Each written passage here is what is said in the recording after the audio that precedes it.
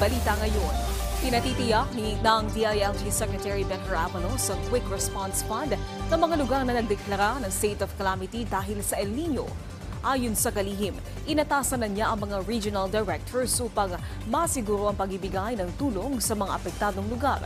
Sa report ng Task Force El Nino, hindi bababa sa 103 lungsod at bayan ang nagdeklara ng state of calamity dahil sa epekto ng El Nino. Sa ngayon, mahigit 637 milyong pisong halaga ng assistance ang naipamahagi ng Department of Agriculture sa Cordillera Administrative Region, Mimaropa at Western Visayas. Magbibigay ng libreng sakay ang LRT2 sa lahat ng manggagawa sa May 1 Labor Day. Kailangan nang magpakita ng company ID o government ID ang isang manggagawa para sa libreng sakay. Magsisimula ang libreng sakay alas 7 ng umaga hanggang alas 9 ng umaga at alas 5 ng hapon hanggang alas 7 ng gabi. Ang Labor Day ay regular holiday, ibig sabihin nito ang mga manggagawa na papasok sa trabaho ay tatanggap ng double pay. Samantala, alamin natin ang ibang balita kay Jessie Atienza ng PTV Cebu. Daghang salamat Naomi og maayong adlaw. Niduaw sa Sugbo si Presidente Ferdinand R. Marcos Jr. aron saksihan ang kasaulugan sa anibersaryo sa naila nga Battle of Mactan. Niabot sa Liberty Shrine sa Dakbayan sa Lapu-Lapu si Presidente Ferdinand R. Marcos Jr. niadtong adlawng Sabado.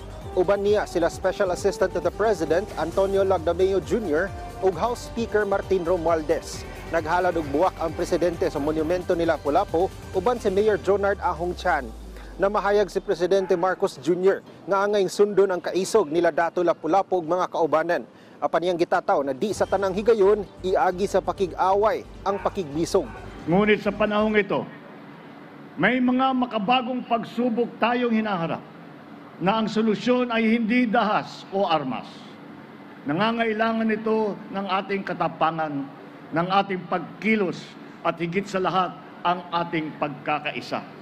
Subay ni nga balita, mga lokal ug mga turista misaksi sab sa reenactment sa kadaugan sa Mactan.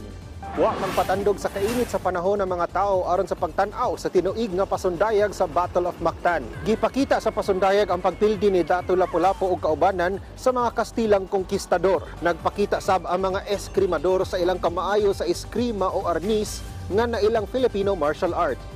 At yan ang mga huling balita mula sa PTV Cebu. Ako si Jessie Atienza. Balik sa inyo na Yumi. Daghang salamat, Jessie Atienza. At ngayong 50th anniversary ng People's Television Network, kasama namin kayo sa aming selebrasyon. Kung kayo'y naging bahagi ng PTV, aming natulungan o may memorable experience sa People's Television Network, magpadala lang ng alinmang picture, videos o testimonies sa kwentongptv@gmail.com. Maaari nyo rin gamitin ang hashtag kwentongptv at i-post sa social media. Sa 5 dekada, sama-sama tayo mula noon hanggang ngayon. Dahil ang PTV ay para sa bayan at ang Pambansang TV ay para sa bagong Pilipinas. At yan ang mga balita sa oras na ito. Para sa iba pang update, i-follow at i-like kami sa aming social media sites at PTV PH. Ako po si Naomi Tiburcio para sa Pambansang TV sa bagong Pilipinas.